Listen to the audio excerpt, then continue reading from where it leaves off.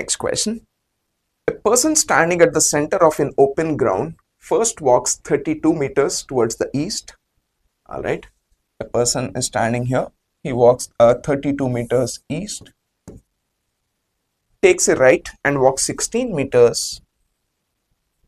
All right. Takes another right and walks 8 meters. Okay.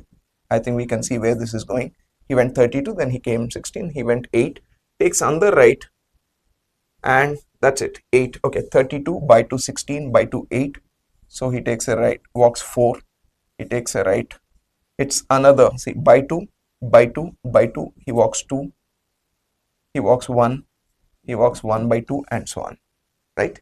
It's an infinite geometric progression. Essentially, after some point, his steps will become so small that he'll be stuck at one point. He's not going anywhere really, right?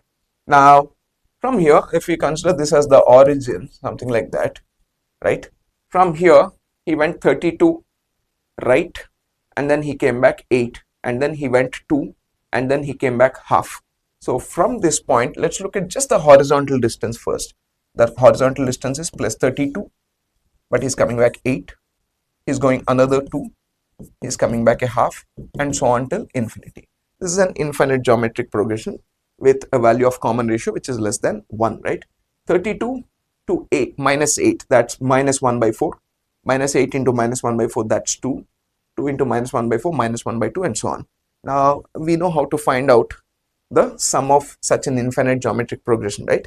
When you have a case of a plus ar plus ar square plus so on till infinity, where r is less than 1, what is the sum of this infinite geometric progression? A by 1 minus r, correct? So that's what we'll do here. So what is this sum? What's the horizontal distance? A by 32 by 1 minus r. What is r? Minus 1 by 4. Correct? So what is this? 1 plus 1 by 4. This will be 32 into 4. 128 by 5. So his final position will have an x coordinate of something like 128 by 5. Now, let's try to find out his y coordinate. This is the origin, correct?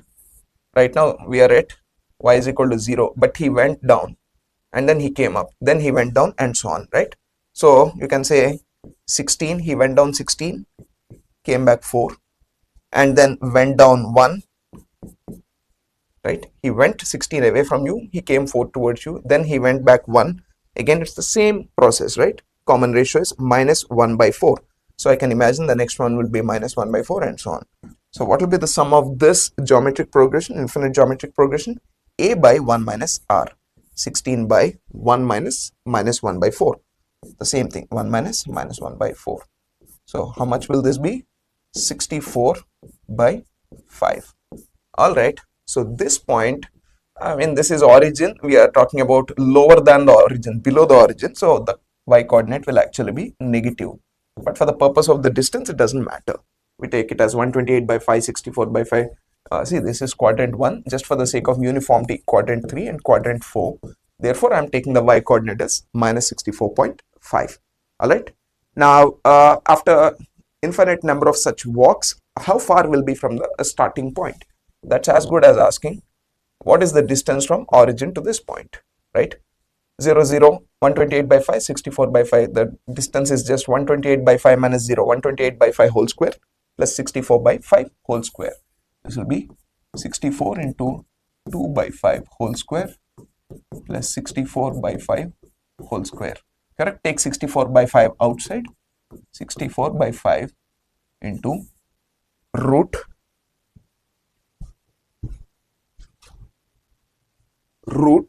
2 square plus 1 square, that would be into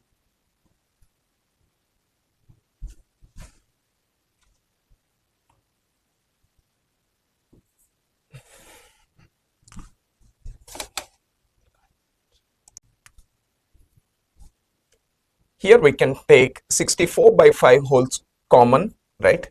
This will be 64 by 5 root 2 square plus 1 square, which is just 5. So this will be 64 by 5 into root 5, 64 by root 5 meters. That would be option 3. Next question.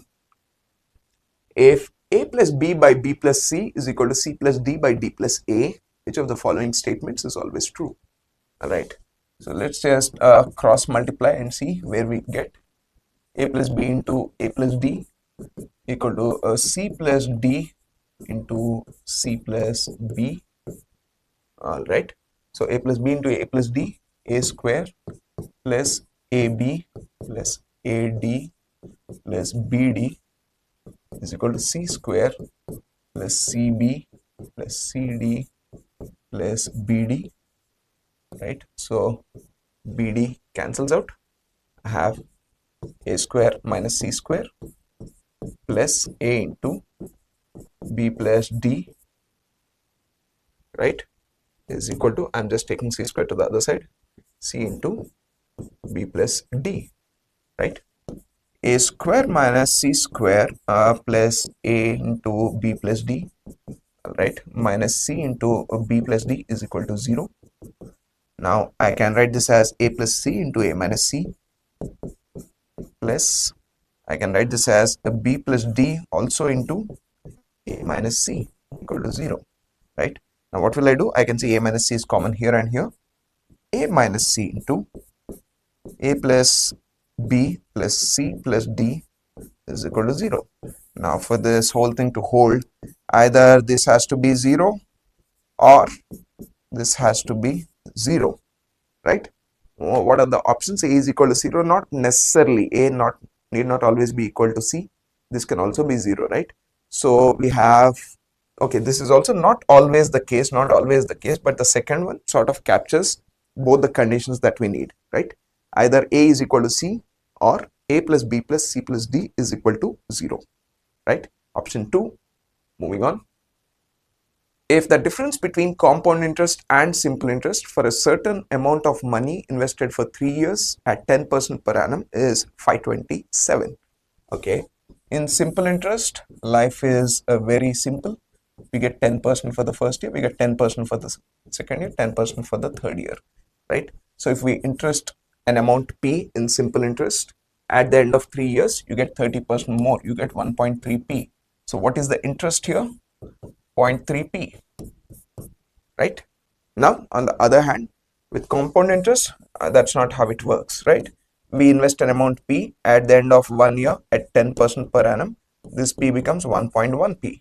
At the end of another year at 10% per annum, it becomes 1.1P into another 10% increase, 1.1 whole square or 1.21P. At 10% at the end of another year, this becomes 1.21 into 1.1, which is 1.1 cube, 1.331P, right? And here, what is the interest? You invested P, you got 1.331P, the interest is 0.331P. So, in the previous case, the interest was only 0.3P. In this case, the interest is 0.331P. The difference, obviously compound interest always wins. It will always be more than simple interest as long as time period is more than 1 year, right? Compound interest minus simple interest is given as how much? 527 rupees. So what is this? 0.031P is equal to 527. What is P? 527 by 0.031, right? 123 into 1000 divided by 31. So 31 ones are 31, 217, 17. 17 into 1000. The principal, the initial amount that we invested is 17,000 rupees. That's option 4. Moving on. In a chess tournament, there are 5 contestants. Each player plays against all the others exactly once. Alright, there are 5 contestants, A, B, C, D, E.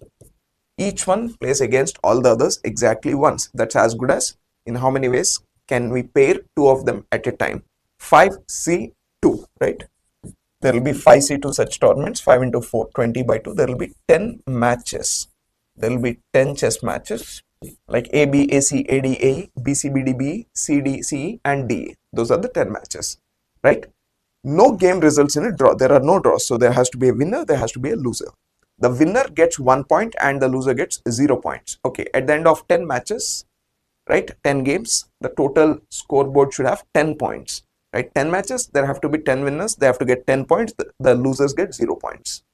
Which of the following sequences cannot represent the scores of 5 players? All right. So A, B, C, D, E, they are playing a total of 10 matches. 2, 2, 2, 2, 2, the total is 10. So it's possible A wins against B and C, B wins against C and D, C wins against D and D, D wins against D and B, and so on, right?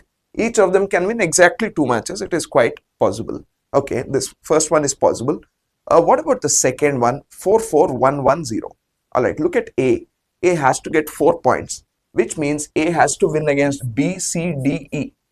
Now, B also needs 4 points. Remember, B already lost to A.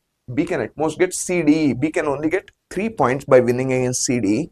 B cannot. If A got 4, B can't get 4. Therefore, this is the case that is not possible, right? This sequence of scores is not possible in this tournament.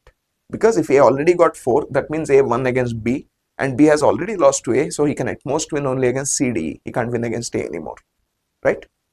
Moving on.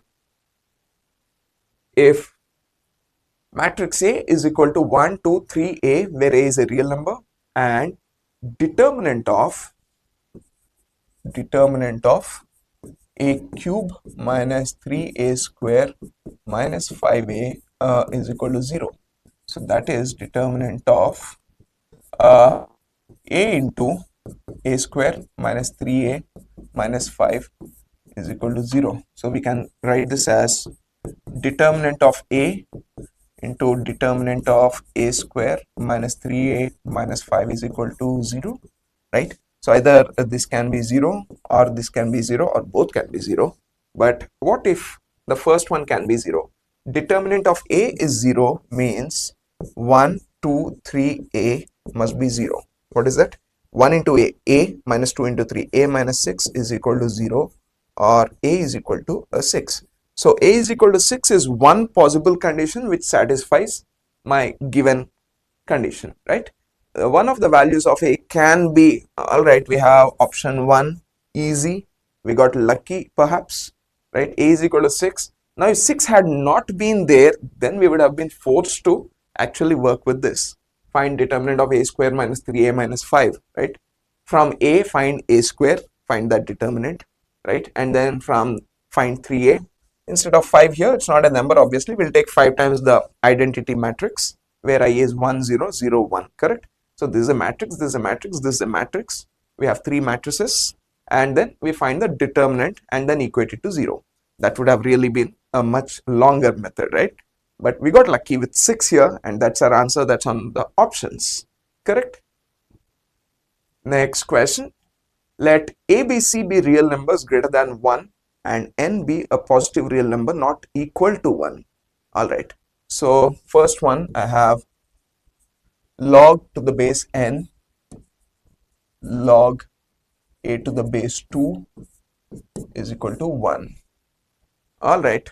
So this whole thing is an argument here. This is like log A to the base B is C. Log A to the base B is C. So what is A? Log A to the base 2 is N power 1, N. And what is A? A is equal to 2 power N. Correct? So we have one value already. A is equal to 2 power N. Now what about the next part? Check this part. What is log B to the base 2? Log B to the base 2 is N power 2, N square. So what is B? 2 goes here, 2 power N square. All right. I already have A is equal to 2 power N, B is equal to 2 power N square. Now what about C? Check this. Log C to the base 2 is equal to N cube, N power 3. And what is C? 2 power N cube. So I have my A, which is 2 power N, B, which is 2 power N square, and C, which is 2 power N cube. All right. So which of the following is true? A plus B is equal to C. 2 power N plus 2 power N square doesn't look like it can be 2 power N cube. I don't know if it satisfies for any special value of N, but prima facie it doesn't look like adding these two gives that at all, right? What about the second one? Check A power N. What is this? A power N, 2 power N, whole power N, which will be 2 power N square. plus b 2 power n square, all right, whole power n. So what is this? 2 power 2 into 2 power n square whole power n, which is 2 power n square plus 1 whole power n. What is this? 2 power n plus n cube. So I have 2 power n plus n cube. What is the right hand side? A, C. What is C? What is A? This is 2 power n A into C, 2 power n cube. 2 power n into n cube is 2 power n plus n cube. That's right. My left hand side is equal to right hand side. So it's option 2. A power n added to b whole raised to n is equal to A into C. Right?